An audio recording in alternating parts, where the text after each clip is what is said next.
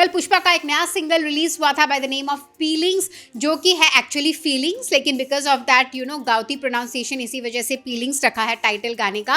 कैची लग रहा है। एनीवे ये 6 लैंग्वेजेस में रिलीज हुए हैं, नेमली तमिल, तेलुगु, कन्नड़, मलयालम, हिंदी एंड बंगाली, और सारे लैंग्वेजेस में अलग अलग सिंगर्स ने गाया है। काफी अच्छा खासा लंबा गाना है, 4 मिनट 11 सेकेंड का। ऑब्वियसली लिरिक्स है चंद्रबोस के और म्यूजिक डायरेक्टर है देवी श्री प्रसाद। वेल गाना ना, I spoke to few of my friends, किसी किसी को बहुत ज्यादा पसंद आया, किसी किसी को उतना अच्छा नहीं लगा, लेकिन एक बात श्योर है कि when you listen to the entire song ना, the song is going to stay with you, क्योंकि बहुत ही कैची है, बहुत ही मजेदार। आप अगर कुछ देर के लिए लिरिक्स, लॉजिक, इंटेलेक्ट को साइड में रख देना, then you are going to love the song. मुझे तो काफी मजा आया for some reason, I don't know why. अगर आप किसी सॉन्ग से कंपेयर करोगे ना, then it is like much like like many notches higher than that. At least इसमें वो groovy part तो है, you can dance to it, चाहे वो meaningless हो, कुछ भी हो।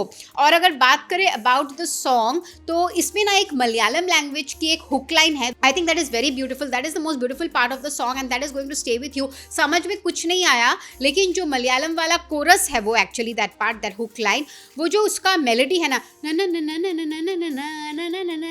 That is like going to be with you for a long long time. और इंटरेस्टिंग बात यह है कि 6 लैंग्वेजेस में जो गाना डब हुआ है ना, वो हुक लाइन मलयालम में ही रखा गया है, उसको नहीं डब किया गया है, which I think is a fabulous thing.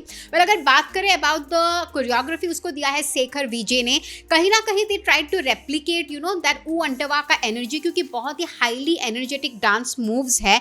To be honest कहीं कहीं वल्गर दिख रहा था, and because it was very fast, I mean much faster than Oo Antava, तो वो सिजलिंग केमिस्ट्री नहीं दिख रही थी, वल्गैरिटी तो दिख रही थी, but it was also looking very funny. And जो कॉस्ट्यूम्स थे वो भी बहुत फनी थे, स्पेशली जो अल्लू अर्जुन के कॉस्ट्यूम थे, उन्होंने काफ़ी फ्लोरल शर्ट्स पहने हुए थे, लुंगी भी पहना हुआ था, और जो स्टेप्स थे वो भी इतना क्विक था ना, इतना हाई ऑक्टेन एनर्जी देने की कोशिश की उन्होंने, कि instead of the raunchiness, instead of the vulgarity, it went into that funny bit, which I am not complaining about, क्योंकि गाना सुन के मजेदार है तो मजेदार में वो निकल गया। I was not even expecting anything very sensual from it, तो उस हिसाब से आई एम ओके। और अगर बात करें सेट डिजाइन की, काफ़ी सिंपल है यार, कि बहुत ही बेसिक सा सेट लग रहा था, लेकिन काफ़ी इंटरेस्टिंग था। जो कि बैकग्राउंड आर्ट था ना, वो इंटरेस्टिंग था।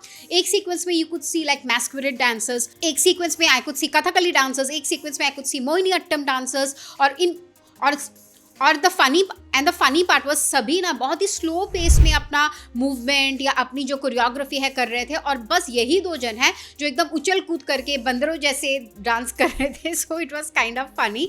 तो अगर आप बात कहो about the logic and the sensuality और the sexuality of the song, then it is not that great. लेकिन अगर आप इसको as a item song, funny song अगर आप देखोगे ना, to groove to the song basically, so then it is a nice song. I mean it is going to stay with you, you like it or hate it, but you can't ignore it. ये उस type का song है। तो that was my feedback on the feelings. आपको कैसा लगा, whether you are a yay to the song या nay to the song, आप कौन सी टीम में हो, let us know in the comment section below. This is me Ishita signing off. Till then, keep buzzing around Bazooka Reviews for all your latest information on film, fashion and entertainment.